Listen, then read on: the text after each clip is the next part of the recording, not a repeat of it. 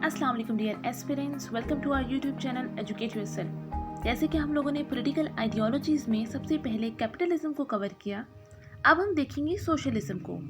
Socialism basically एक umbrella term है which means public collectively owns and controls means of production and distribution of results is proportional. अब यहाँ पे क्या होता है, आपकी कलेक्टिव ओनरशिप होती है, कॉमन ओनरशिप होती है, और गवर्नमेंट जो है प्राइसेस को कंट्रोल कर रही होती है आपकी एक वेलफेयर स्टेट जो है उसकी फॉर्म में। अब यहाँ पे क्या होता है, आपकी फॉर एग्जांपल 3-4 इंडस्ट्रीज हैं, जैसे इंडस्ट्री ए है, ये इंडस्ट्री बी है।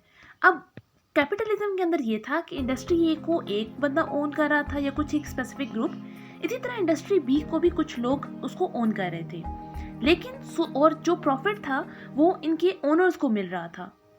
अब सोशलिज्म के अंदर इसके अपोजिट चीज़ होती है। सोशलिज्म के अंदर ये कोई स्पेसिफिक ग्रुप इसको ओन नहीं कर रहा होता, बल्कि यहाँ पे गवर्नमेंट जो है इन एसेट्स को कंट्रोल कर रही होती है और कलेक्टिव ओनरशिप होती है। आपके जो तमाम लोग हैं, कोई स्पेसिफिक ग्रुप नहीं है, बल्कि तमाम लोग जो सोसाइटी के अंदर रहते हैं उनको उसका प्रॉफिट मिलेगा, उससे जो भी चीज़ आएगी उसका जो एंड रिजल्ट होगा वो आपको इक्वली मिलेगा। इसके अलावा अगर हम देखें तो everybody takes according to the need. अब यहाँ पे जो उसका रिजल्ट आएगा वो उसकी नीड के अकॉर्डिंग होगा। फॉर एग्जांपल एक फैमिली है, उसके अंदर आपकी 12 फैमिली मेम्बर्स हैं, एक है जिसके अंदर 8 फैमिली मेम्बर्स हैं, जबकि अगर हम देखें तो 8 जो जिसके अंदर फैमिली मेम्बर्स हैं वो घर जो है उनकी ज़रूरियात कम होंगी as compare to 12 family members, क्योंकि जो 12 फैमिली मेम्बर्स हैं उनकी बेसिक कम्युनिटीज़ की अगर हम बात करें या बेसिक जो नीड्स हैं वो ज़्यादा हैं एज़ कम्पेयर टू 8 की, उनको ज़्यादा रिसोर्सेज रिक्वायर्ड हैं एज़ कम्पेयर टू 8। तो हर किसी को उनकी नीड के अकॉर्डिंग जो है वो चीज़ें प्रोवाइड की जाएंगी, और ये एक वेलफेयर स्टेट होती है। बेसिकली जो कॉन्सेप्ट था वो मिड 19th सेंचुरी के अंदर शुरू हुआ, और इसे हम लोग कहते हैं कॉन्सेप्ट ऑफ यूटोपियन स्टेट और आइडियल सोसाइटी। यहाँ पे आइडियल है तो आइडियल सोसाइटी का जो एक कॉन्सेप्ट था वो शुरू हुआ, क्योंकि इंडस्ट्रियल रेवोल्यूशन के बाद देखा गया कि जो कैपिटलिज्म है उसके आने से नो डाउट टेक्नोलॉजिकल एडवांसमेंट हुई है, इनोवेशन बहुत ज़्यादा आई है, लेकिन इसके साथ इनइक्वालिटी काफ़ी बढ़ गई। यानी आपका एक इनइक्वालिटी थी आपकी सोसाइटी के अंदर, और आपकी जो चाइल्ड लेबर है वो बहुत ज़्यादा बढ़ गया, एक क्योटिक सिचुएशन आ गई। तो उस वक्त लोगों ने ये सोचा कि कोई ऐसी स्टेट होनी चाहिए जो कि एक आइडियल स्टेट हो, जहाँ पे आपकी गवर्नमेंट जो है वो ओन करेगी, गवर्नमेंट इंडस्ट्रीज को कंट्रोल करेगी, और वही दोनों या जो डिफरेंट फैमिली मेम्बर्स हैं, जो डिफरेंट आपकी लोग रहते हैं वहाँ पे, उनको उनकी बेसिक एमेनिटीज़ जो है उनको प्रोवाइड करेगी। यहाँ पे no concept of poor and rich, बल्कि एक इगैलिटेरियन सोसाइटी होती है। तो अब हम देखते हैं इसकी कैरेक्टरिस्टिक्स। यहाँ पे सबसे पहली बात पब्लिक ओनरशिप है, यानी आपकी पब्लिक जो है आपके जो मीन्स ऑफ प्रोडक्शन है उनको ओन कर रही होती है, उनको कंट्रोल कर रही होती है। यहाँ पे ये नहीं होता कि एक स्पेसिफिक ग्रुप है जो एक आपके लैंड को ओन कर रहा है, आपकी फैक्ट्री को ओन कर रहा है, बल्कि ऐसा नहीं है। जो आपका मीन्स ऑफ प्रोडक्शन है, चाहे वो फॉर्म है, कोई लैंड है, कोई आपकी फैक्ट्री है, कोई इंडस्ट्री है, उसको पब्लिक ओनरशिप है, सब लोग उसको ओन कर रहे हैं, गवर्नमेंट उसको कंट्रोल कर रही होती है, और जो उससे प्रॉफिट आता है वो इक्वली डिस्ट्रीब्यूट किया जाता है सबके अंदर। इसके अलावा यहाँ पे इकोनॉमिक प्लानिंग देखी गई।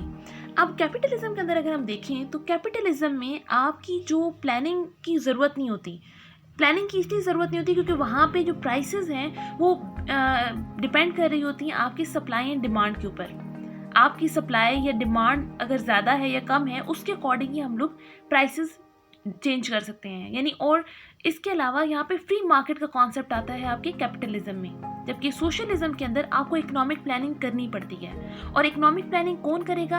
आपकी गवर्नमेंट करेगी। इसलिए करेगी ताकि सब लोगों को इक्वली जो है वो जो रिसोर्सेज हैं वो प्रोवाइड की जा सकें।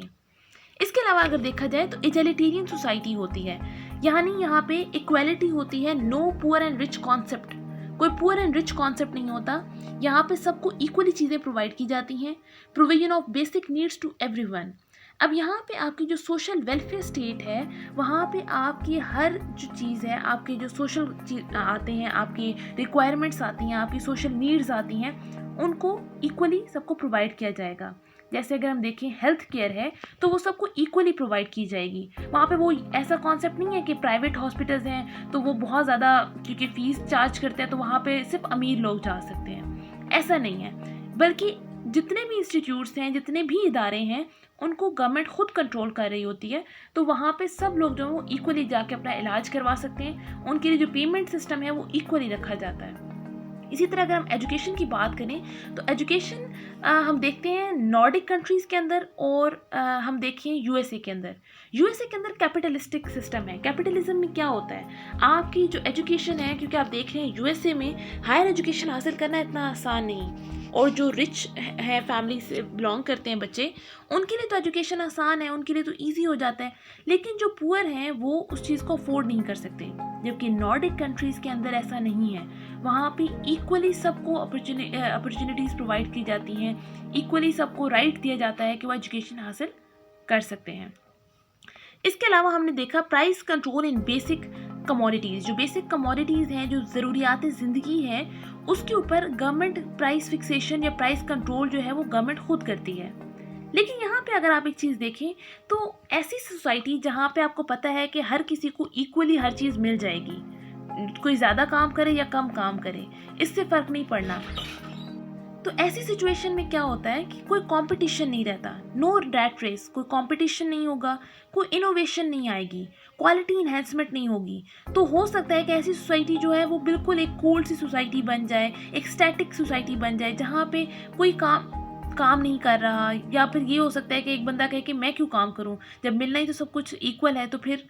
तो यहाँ पे आपकी इनोवेशन नहीं हो सकती, आपकी क्वालिटी के अंदर आप चाहते हैं, जिस तरह हम लोगों ने कैपिटलिज्म में देखा कि किस तरह टेक्नोलॉजिकल एडवांसमेंट आई है, किस तरह आपकी इनोवेशंस आई हैं, क्वालिटी इंप्रूव हुई है, तो वो चीज़ सोशलिज्म के अंदर पॉसिबल नहीं है। अब अगर हम देखें कैपिटलिज्म और सोशलिज्म के दरमियान डिफरेंस, कैपिटलिज्म के अंदर आपकी प्राइवेट ओनरशिप होती है, जबकि सोशलिज्म के अंदर आपकी गवर्नमेंट जो है वो उस चीज़ को कंट्रोल कर रही होती है और आपकी कलेक्टिव ओनरशिप होती है। कैपिटलिज्म के अंदर इनइक्वालिटी बहुत ज़्यादा है। इनइक्वालिटी क्यों? क्योंकि इनकम जो है वो आपकी मार्केट फोर्सेस डिटरमिन करेंगी, जबकि सोशलिज्म के अंदर ऐसा नहीं है। वहाँ पे रीडिस्ट्रीब्यूशन ऑफ इनकम होती है और अकॉर्डिंग टू द नीड्स उस चीज़ को प्रोवाइड किया जाता है। प्राइसेस आपकी कैपिटलिज्म में सप्लाई एंड डिमांड के अकॉर्डिंग डिटरमिन की जाती हैं, जबकि सोशलिज्म के अंदर गवर्नमेंट खुद उन चीज़ों को कंट्रोल कर रही होती है, स्पेशली आपकी जो बेसिक कमोडिटीज़ हैं उसके ऊपर। एफिशिएंसी डेफिनेटली कुछ चीज़ें अच्छी होती हैं, कुछ चीज़ें बुरी होती हैं। अब कैपिटलिज्म में अगर देखें तो मार्केट इंसेंटिव्स जो हैं वो इनकरेज करते हैं फर्म्स को टू कट कॉस्ट, लेकिन सोशलिज्म के अंदर जो गवर्नमेंट ओन्ड फर्म्स हैं उनके पास कम इंसेंटिव्स होते हैं कि वो इतना एफिशिएंटली काम कर सकें। टैक्सेस भी अगर देखा जाए तो कैपिटलिज्म में लिमिटेड टैक्सेस होते हैं, गवर्नमेंट स्पेंडिंग लिमिटेड होती है। क्यों? क्योंकि वहाँ पे प्राइवेट ओनरशिप है, लोग अपनी अपनी जो प्रॉपर्टी है जो भी है उसको खुद ओन कर रहे हैं। लेकिन सोशलिज्म के अंदर बहुत ज़्यादा टैक्सेस होते हैं, इसलिए क्योंकि गवर्नमेंट ने ही स्पेंड करना होता है सारा। हेल्थ केयर को कैपिटलिज्म के अंदर बड़ा एक डिफ़िकल्ट टास्क है, क्योंकि जो कैपिटलिस्टिक सोसाइटी है वहाँ पे आपके प्राइवेट हॉस्पिटल्स हैं, गवर्नमेंट हॉस्पिटल्स हैं, हर बंदा तो प्राइवेट हॉस्पिटल को अफोर्ड नहीं कर सकता। लेकिन सोशलिज्म के अंदर ऐसा कोई कॉन्सेप्ट नहीं है। जो हेल्थ केयर है, आपकी एजुकेशन है, आपका जो बेसिक एमिनिटीज़ हैं, ये सब चीज़ें आपकी गवर्नमेंट का काम है, उन्होंने आपको प्रोवाइड करनी है। लेकिन अब इसकी कुछ प्रॉब्लम्स हैं। अगर हम देखें प्रॉब्लम्स, अगर देखें हम लोग सबसे पहले कैपिटलिज्म के अंदर, तो इनइक्वालिटी है, मार्केट फेलियर है, मोनोपोली आ जाती है बहुत ज़्यादा। सोशलिज्म के अंदर inefficiency of state industry and less incentives. लेकिन इनके फ़ायदे ये हैं कि अगर आप कैपिटलिज्म में होंगे तो वहाँ पे आपकी डायनामिक इकोनॉमी होगी, इनोवेशंस होंगी, इकोनॉमिक ग्रोथ बहुत ज़्यादा होगी, टेक्नोलॉजिकल एडवांसमेंट आएगी। लेकिन सोशलिज्म के अंदर आपका अगर देखा जाए तो ये सारी चीज़ें नहीं हैं, वहाँ पे कोई एफिशिएंसी नहीं है, वहाँ पे कोई इंसेंटिव्स इतने ज़्यादा नहीं होते और कोई इनोवेशन नहीं होती। जबकि सोशलिज्म के अंदर फ़ायदा ये है कि वहाँ पे आपको इक्वालिटी मिलेगी, सबको इक्वल चीज़ें मिलेंगी and attempt to overcome market failure. आज हम लोगों ने ये लेक्चर देखा सोशलिज्म के ऊपर, सोशलिज्म का क्या कॉन्सेप्ट है, उसके क्या कैरेक्टरिस्टिक्स हैं और डिफरेंस देखा सोशलिज्म और कैपिटलिज्म के दरमियान। नेक्स्ट लेक्चर के अंदर इंशाल्लाह हम कम्युनिज्म देखेंगे और कम्युनिज्म और सोशलिज्म के दरमियान क्या डिफरेंस है उसको देखेंगे।